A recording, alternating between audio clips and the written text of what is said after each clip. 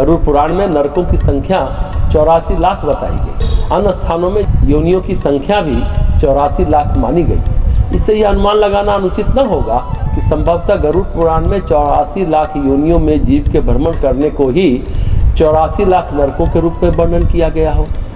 जीवात्मा को मनुष्य शरीर प्राप्त हुआ और फिर बन गई जीवात्मा प्रेत। प्रेत भी अलग अलग तरीके के होते हैं, उनका स्वरूप अलग अलग होता है। हर जीवात्मा 13 दिन तो प्रेत ही रहती है।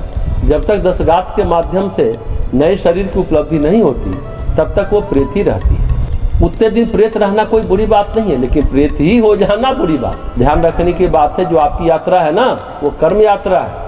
अगर कर्म शुभ किए हैं तो मनुष्य का शरीर मिला है, वह कर्म के द्वारा मिला। किसी भी समय शरीर ना हो आप प्रेत होते हैं, पितर होते हैं, देवता होते हैं, गंधर्व होते हैं, नाग होते हैं, यक्ष होते हैं, क्या होते हैं। कर्म आपको कहाँ ले जाएंगे।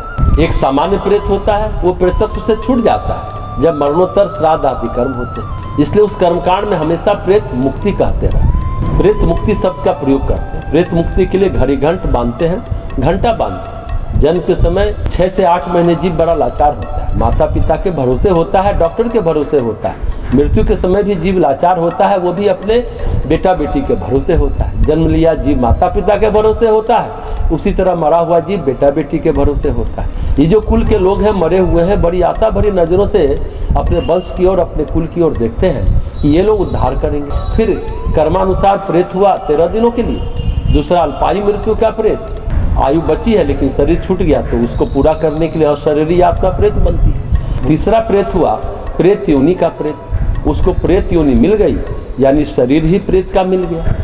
दंड है तो उसका भुगतान करता है, और जो कर्म दंड है उसका भुगतान करता रहेगा। इस तरह से सामान्य क्रम में प्रेत 3 तरह के हों। जो कर्म योनि का प्रेत है, कर्म योनि से जो प्रेत योनि मिलती है उसका भला बुरा उसके रिश्तेदार ही करते हैं, चाहे तो उद्धार कर दें या न करें। वो प्रेत योनि में पहुंचा व्यक्ति तो कुछ नहीं कर सकता, असहाय होता है, सब कुछ खो जाता है। उसकी स्मृतियाँ केवल एक विक्षुब्धता, विकलता और उसके दूसरे संस्कार जिसके कारण वो प्रेत हुआ है वही आदत बनता है। वो खुद कुछ नहीं कर सकता। कोई भी प्रेत अपने लिए कुछ नहीं कर सकता, उसके लिए उसके कोई सगे संबंधी या कोई साधुजन, महात्मा जन ही कुछ कर सकते हैं।